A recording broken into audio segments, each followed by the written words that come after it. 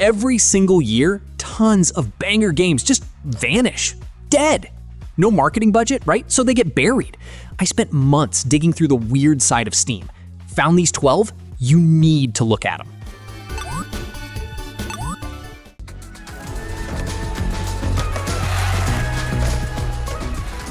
First up, you're a demon, made of glass. Literally. If you mess up a simple kickflip, you just shatter. Boom! A million tiny pieces. The setup is completely unhinged. The devil hands you a skateboard. He says you go free if you skate to the moon and swallow it. Don't expect normal arcade physics here though. It feels way more like the old EA skate games. Everything relies on your ollie. You shift your weight mid-air using the triggers. It's tense. It looks like a neon fever dream. The music rules too. I'm out here in the middle of the woods, running a tea shop. So what does running a tea shop involve? Imagine a completely brutal, legendary warrior. She decides to just quit. Hangs up the sword, opens a cozy little forest tea shop. Sounds fake, but it's from the team behind the Stanley Parable. So yeah, it gets weird. The loop is simple on paper. Grow plants, make tea, serve customers, but the brewing machine is this massive, confusing contraption. You're constantly climbing ladders and turning valves. No timers either. The game forces you to just slow down. Talk to the NPCs. It has music by C418. Basically, think sad Minecraft. It's a bit menu heavy, but man, the story sticks with you. Is that I actually feel good.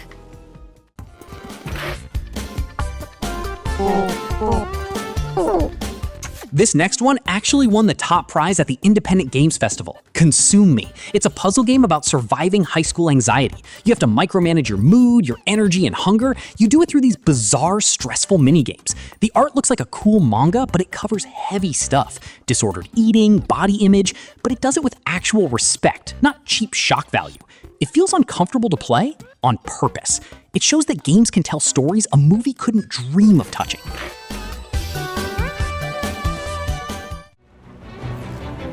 What threads of fate shall you weave? Are you still playing Streets of Rage 4? You gotta check out Absalom, made by the exact same team. But look, this brawler plays way closer to a hardcore fighting game than a basic button masher. You get light hits, heavies, a dash, and a parry counter. The parry takes actual frame-perfect timing. There is even a pressure meter built in. Why? To stop you from spamming the same combo over and over. You pick from 4 characters. My favorite is Brome. He's a wizard frog. He basically stands in the back deflecting garbage like a troll. Mick Gordon did the music, so it goes hard. The end is brutal, but the combat, crazy good.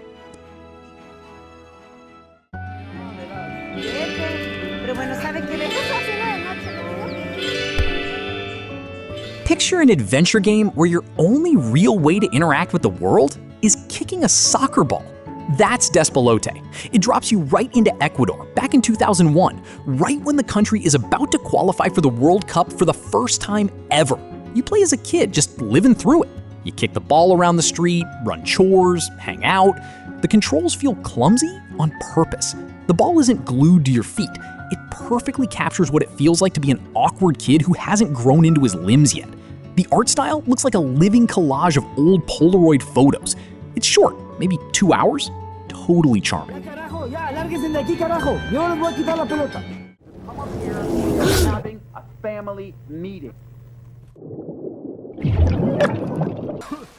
Alright, get ready to get mad. Baby Steps is the new game from Bennett Foddy, the dude who made Getting Over It. You play as Nate. He's a total slacker who gets dropped onto a mountain. The entire game, literally just walking. Left trigger controls your left leg, right trigger controls your right leg.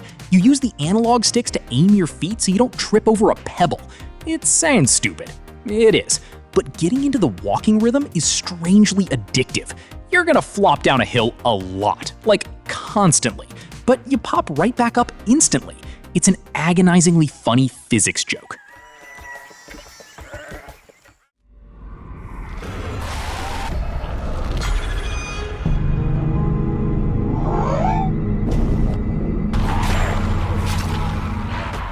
This one is a massive treat for retro horror nerds. Labyrinth of the Demon King feels like a lost From Software game from the 90s, and pretty much one guy made the whole thing.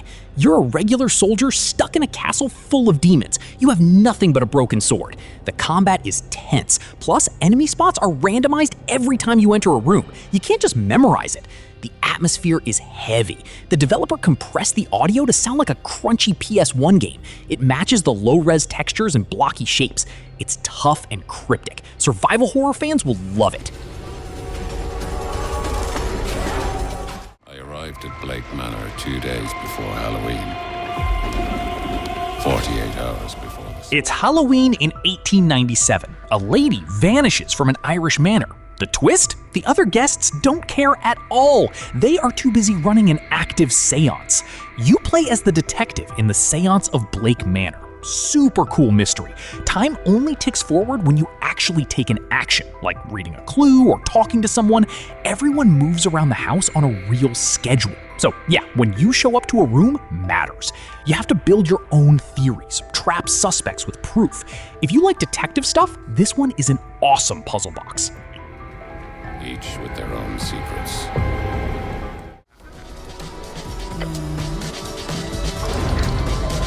If you love Disco Elysium, stop what you're doing. Look up Esoteric Ebb. It's a huge CRPG text game. You play as a terrible government agent trying to solve a tea shop explosion right before a massive election.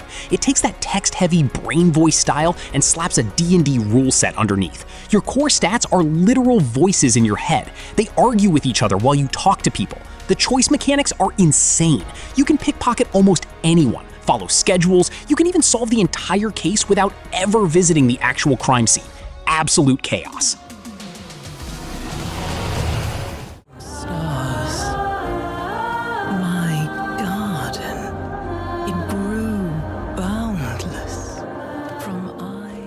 Tired of waiting for Silksong? Mio Memories in Orbit might save your sanity. This is a super fast Metroidvania game. You're a tiny robot exploring a massive dying spaceship.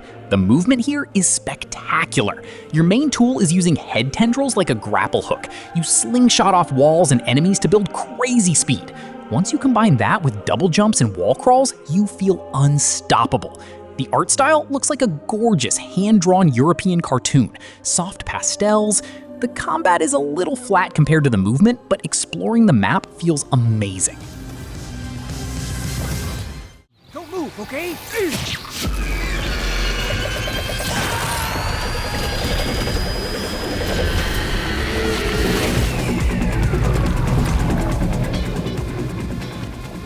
This is a Suda51 game, so you already know it's going to be completely off the rails. Romeo is a Dead Man is a third-person action game that basically refuses to stay in one visual dimension.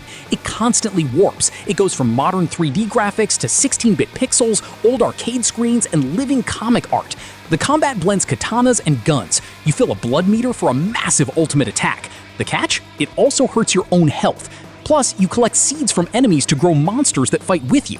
It has frame drops and massive difficulty spikes, but it's wildly creative.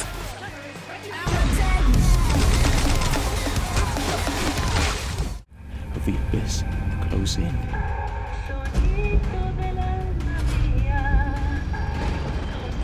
Last one, Crystal Theater of Idols. It's a creepy horror shooter set on an isolated island where you fight living stone statues. The absolute genius mechanic here is that your guns don't use regular bullets. They run on your blood.